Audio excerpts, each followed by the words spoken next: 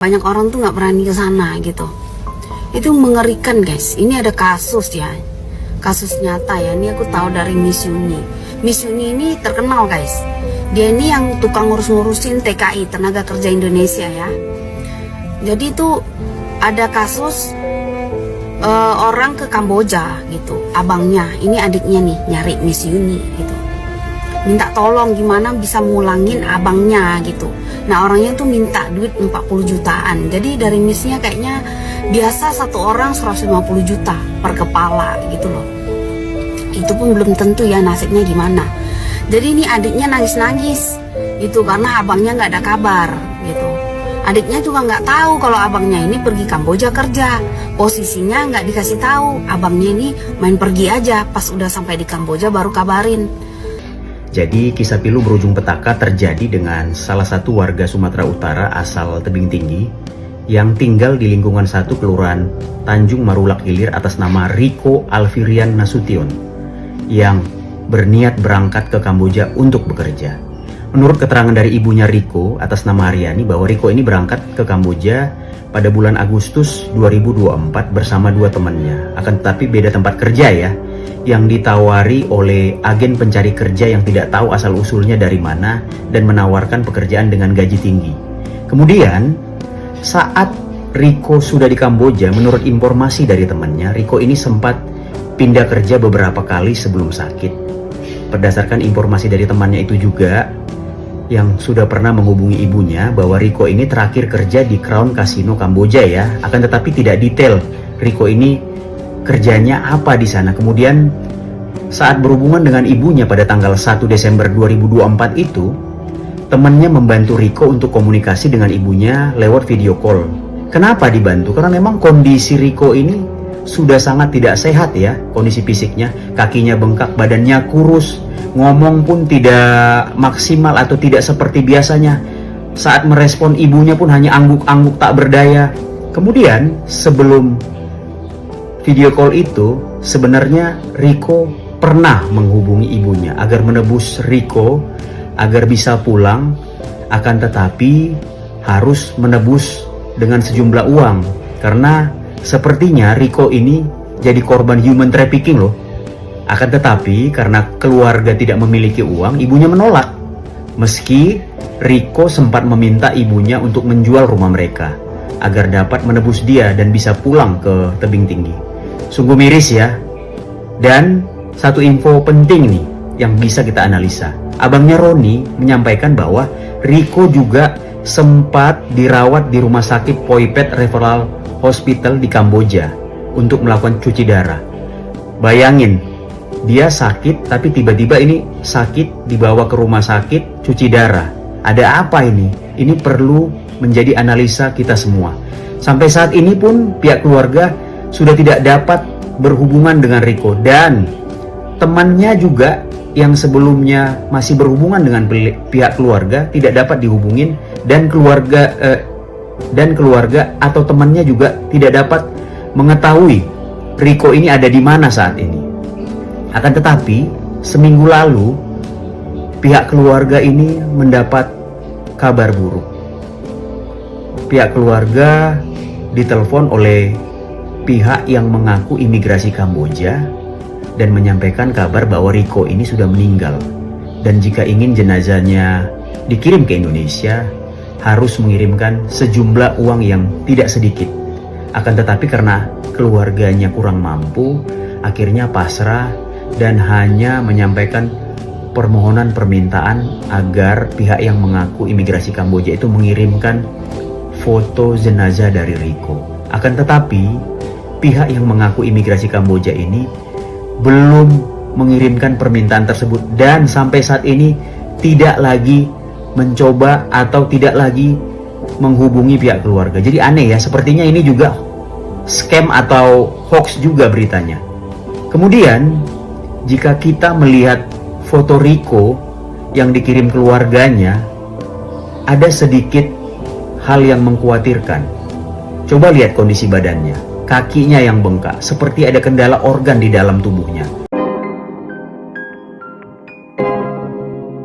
Yo guys, balik lagi bersama saya tentunya Uki Kevin. Kita bahas lagi yang lagi viral sekarang guys. Nah ini ada berita apa nih yang lagi viral sekarang, yaitu tentang Pilu Purnama Alam, jenazah tertahan di Kamboja walau kirim 40 juta rupiah guys, kalian bisa lihat ya. Nah ini ceritanya tuh guys, Pilu Purnama Alam itu ditawarin kerja ke Malaysia, ke Kamboja melalui akun sosial media yaitu Instagram ya. Dan pada saat itu dia ditawarin kerja sebagai administrasi ya di Kamboja, dan ternyata saat di sana dia bekerja sebagai administrasi di perusahaan ini guys, judi online gitu loh guys. Nah pada saat itu dia diperlakukan tidak semena-mena ya, ternyata saat kerja di sana guys. Makanya dia minta pulang gitu, dan ada yaitu kalau mau pulang ya harus ada uang, yaitu 40 juta. Nah pada saat dikirim ternyata almarhum ini, Pilu Purnama ini meninggal dunia, kabarnya ya meninggal dunia saat akan di bandara ya, saat akan dipulangkan di bandara gitu. Tapi tiba-tiba dia meninggal gitu. Nah nggak tahu nih meninggalnya karena apa gitu loh guys. Nah ini kita lihat lagi berita apa lagi ya tentang Kamboja ya. Katanya Kamboja itu ngeri guys, makanya buat kalian berhati-hatilah saat mau bekerja ke luar negeri gitu loh ya. Saat ada tawaran gitu, berhati-hatilah guys. Nah, kita lihat ada berita apa guys. Sama-sama berasal dari Indonesia, dua orang perempuan ini bisa dibilang perempuan yang sukses berkarir di luar negeri. Sayangnya karir mereka bukan karir yang pantas untuk dibanggakan. Biasanya kebanyakan orang Indonesia yang di luar negeri, mereka akan membangun karir atau prestasi yang bisa dibanggakan dan bisa mengharumkan nama Indonesia di mata dunia. Ya walaupun karir mereka tidak membanggakan, tapi mungkin keluarga mereka bangga ya sama mereka berdua. Buat yang baru ngikutin akun gua, mungkin kalian belum tahu siapa mereka. Jadi gua kasih tahu nih ya. Jadi mereka ini adalah agent atau calo yang biasa ngerekrut tenaga kerja dari Indonesia untuk dipekerjakan di luar negeri di perusahaan scam. Yang ini di Kamboja, yang ini di Myanmar. Modus mereka itu kurang lebih sama, iming-imingnya bekerja di restoran di Thailand. Untuk mengelabui para korban atau mendapatkan para tenaga kerja, biasanya mereka akan menyebar informasi lowongan kerja melalui grup-grup di sosial media. Dan mereka biasa menggunakan nama online yang berganti-ganti. Kita mulai dari yang ini. Nama aslinya Nur Hasanah, berasal dari Trenggalek, Tulungagung, Jawa Timur. Biasa menggunakan akun Nur Hasanah Nurha atau akun baru ini, tulisannya tulisan Khmer jadi gue nggak bisa baca. Dia ini stay di Kamboja di Buffet, bekerja sebagai translator. Lalu yang ini informasinya, dia ini berasal dari Kabupaten Lampung Tengah, Provinsi Lampung. Bernama asli Rukini, biasa menggunakan nama online HR Ayu, HR Xiaomi, HR Ara, atau biasa juga dipanggil dengan Ani. Kalau ini Ibu Ani, kalau ini Ani, tapi bukan Ani-Ani. Kalau dia tinggalnya di Myanmar, dia juga seorang translator di perusahaan scam. Cuman bedanya kalau yang ini dia tidak pernah melakukan kekerasan. Dia hanya biasa menjual orang-orang Indonesia ke perusahaan-perusahaan company. Dia juga tidak membayarkan gaji atau hak pekerjanya. Nah kalau yang ini informasinya dia sedikit sadis, sedikit kasar, suka melakukan kekerasan, suka pukul.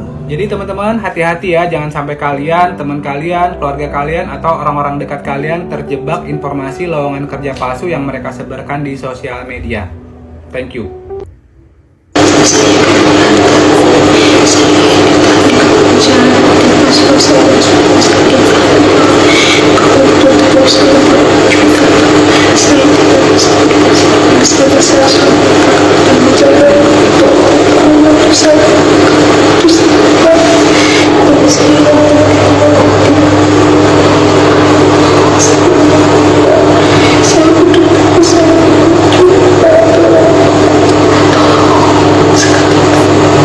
Lokar Kamboja dibutuhkan cewek cowok, scammer e-commerce, gratis tanpa biaya, non pengalaman bisa, gaji 9-12 juta, jam kerja 10 pagi sampai 10 malam, makan 3 kali sehari, mes dilengkapi AC, water heater, dan lain-lain.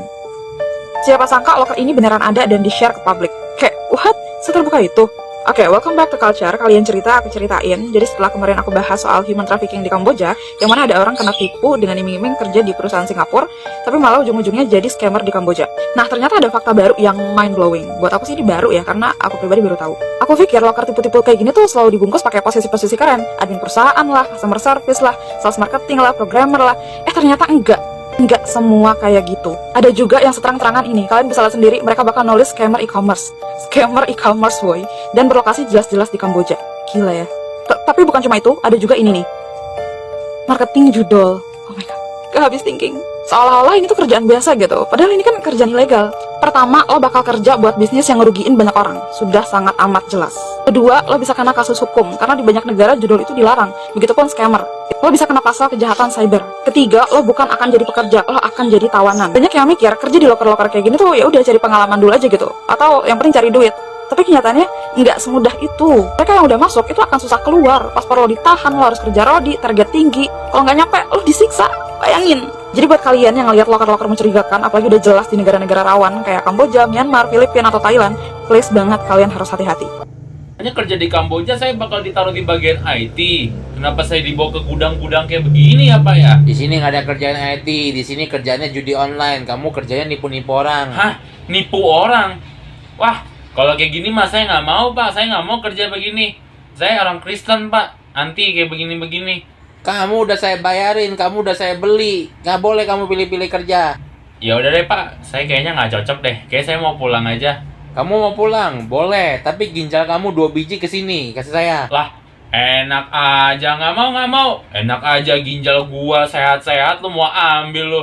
Semuanya tangkap Cina ini. Jangan ambil ginjalku. Wah, menurut pendapat kalian gimana nih setelah melihat bahwasanya kerja di Kamboja itu sangat berbahaya ya, termasuk tadi Myanmar, Laos gitu ya. Buat kalian yang ingin mencari pekerjaan, karena sekarang mencari kerjaan itu susah banget ya. Dan mungkin mereka beranggapan bahwasanya jika dia bekerja di luar negeri duitnya akan banyak ya, karena saking sudah susahnya nyari kerja di dalam negeri ya, di Indonesia ya. Jadi mereka ya udahlah, daripada di sini nganggur, nggak punya duit, jadi akhirnya mereka berpikir untuk kerja di Kamboja. Dan sampai sana ternyata mereka ditipu. Makanya kalian harus berhati-hati guys. Lebih baik di Indonesia, walaupun nanti ya mungkin kalau kalian berdoa juga suatu hari akan dapat kerjaan ya, daripada kalian ke Kamboja maksa dan akhirnya seperti itu guys. Kasihan ya. Nah, kalau gitu kan, waduh, menurut kalian gimana nih? Tulis di kolom komentar. Ya buat kalian hati-hatilah kalau mencari kerjaannya. Jangan asal percaya, apalagi di dunia media sosial seperti itu ya guys ya.